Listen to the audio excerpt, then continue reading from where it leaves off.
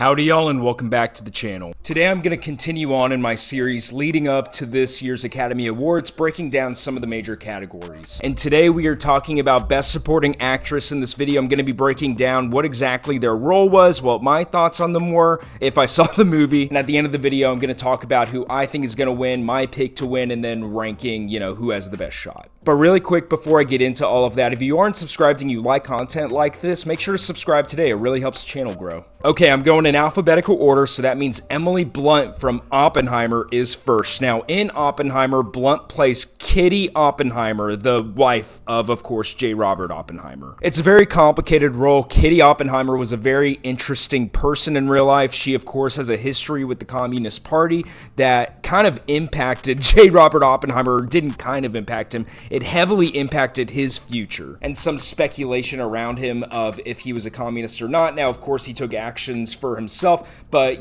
Kitty Oppenheimer, she did have a membership card for the Communist Party.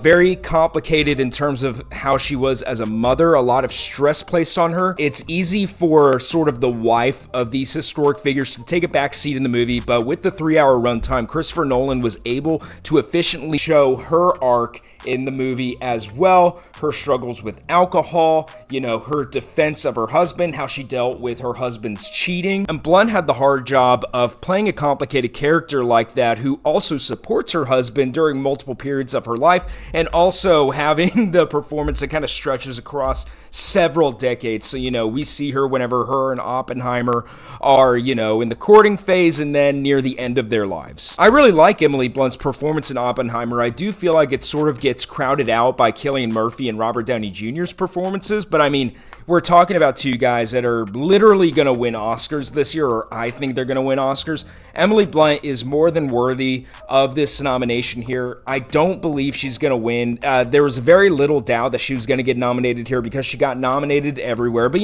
we've seen snubs like that happen before. But all in all, this is a good mid-tier performance in this category, not on the level where I feel like she will win. But, you can't count her out. Her odds of winning aren't at 0%. And more than anything, I'm happy that Emily Blunt is finally getting acknowledged at the Academy Awards. This is her first nomination ever. Next up, we have Danielle Brooks from The Color Purple. Now, in all transparency, I have not seen The Color Purple, so I cannot attest to my thoughts on her performance, but all the buzz was about her whenever The Color Purple was announced. She's playing the character that Oprah Winfrey previously played.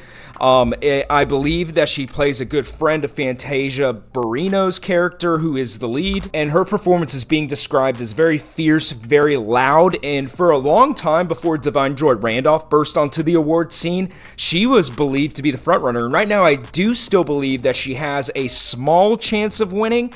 She's probably the second up to win this, but there are a couple of things working against her. One is The Color Purple did not latch on to audiences like many hoped it would. We've seen that be an issue for people going for awards in the past. You can't forget that Lady Gaga and House of Gucci was nominated everywhere, but House of Gucci, it didn't have the traction. It wasn't quite as critically praised as other movies or, other movies that competitors for the Best Actress were in, and I think Danielle Brooks kind of falls into that camp. Now, The Color Purple isn't, poorly received. It's just people didn't go out and support the movie. She doesn't have that sort of momentum that she had in, say, August or July. I do still need to get around to The Color Purple. It was just inconvenient timing for me. I was traveling basically the whole holiday season, and then because of its poor box office performance, it was kind of out by the time I had time to go see it, but I'll make sure I watch it before Oscars night. I'm sure she's fantastic in the movie. Now, a performance that has a little bit of controversy behind it, America Ferrera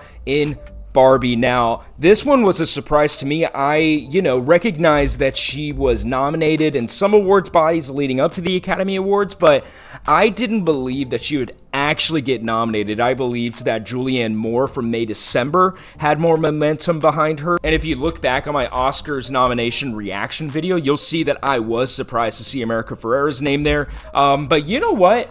She had a significant impact on her movie. I know that she isn't as prominent in the movie as, her competitors in this category are in theirs, but her scene is probably the most important one in the entire movie. And if you've seen Barbie, which most of you have, you know what scene I'm talking about. It's her big monologue. I think monologue scenes like that go a long way if you're trying to make an awards push. And what she's speaking about in that scene really pushes forward themes that were prominent in that movie. And America Ferrera delivered that monologue excellently. She is really good throughout the entire movie. Now, would I have nominated her personally?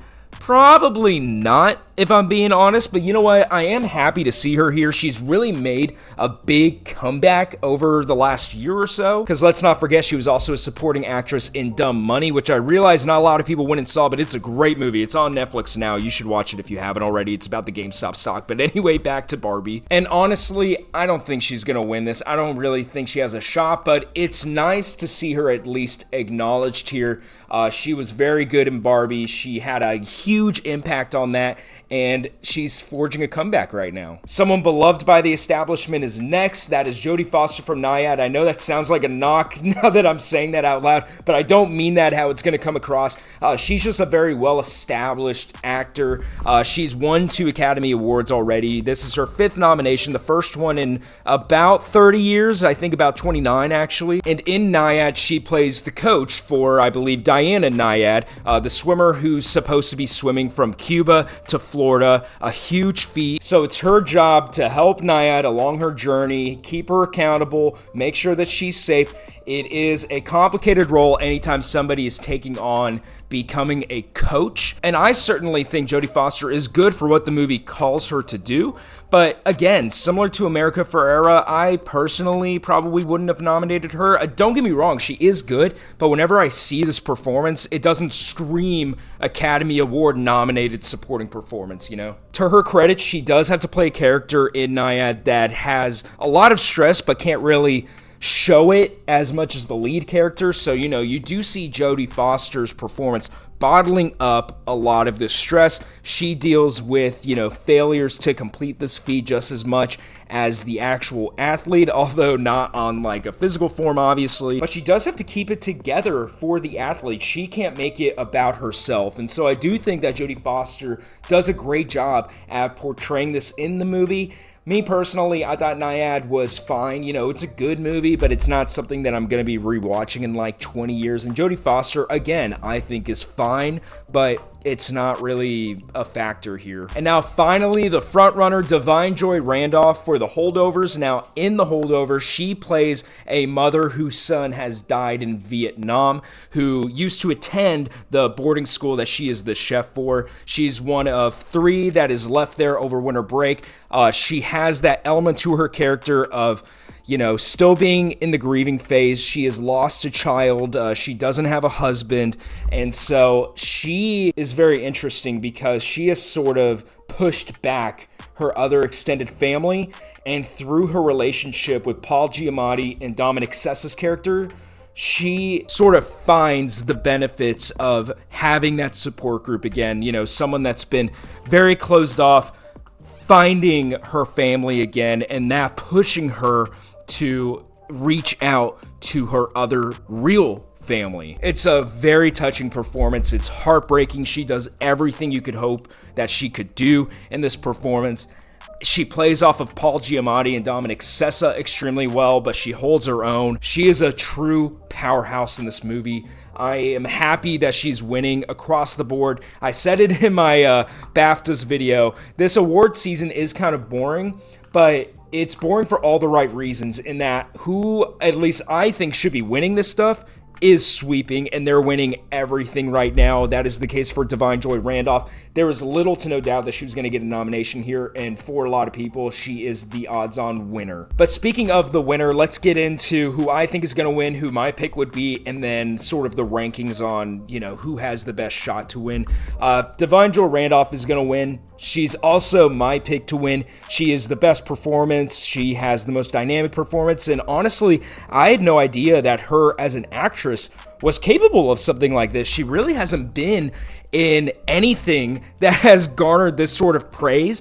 She hasn't really been in a movie that has garnered this praise. It really is a performance that has burst onto the scene, and I'm thrilled for her. She definitely deserves it, so she's definitely number one in my odds to win here. Number two is still going to be Danielle Brooks for The Color Purple because she was the front runner for so long there. Divine Joy Randolph really just burst onto the scene and took that thunder from her. I don't think an upset is going to happen at the Academy Awards because, like I said, Randolph has been sweeping everywhere. But if somebody else is going to win, I guess Danielle Brooks has the best shot. Behind both of them is going to be Emily Blunt for Oppenheimer. There was little to no doubt that she was going to be nominated here. She's been at the number 3 slot forever, so I'll give her number 3. But, you know, the gap between 1 and 2 is vast. The gap between 2 and 3 is also pretty big. And then 4, I'll go ahead and put Jodie Foster from Nyad, simply because, again, she's been nominated everywhere, whereas America Ferrera at 5 has sort of gotten nominations here and there, but she is not going to win. Jodie Foster has a better chance than America Ferrera, but neither of them, I think, have a chance here. Emily Blunt has a very small percentage chance along with Danielle Brooks, but like I said, y'all, Divine Joy Randolph, this is her Oscar to lose. But thank you so much for watching the video up to this point. Make sure to subscribe if you like this and you want to see more. I will see you guys next time. Bye, y'all.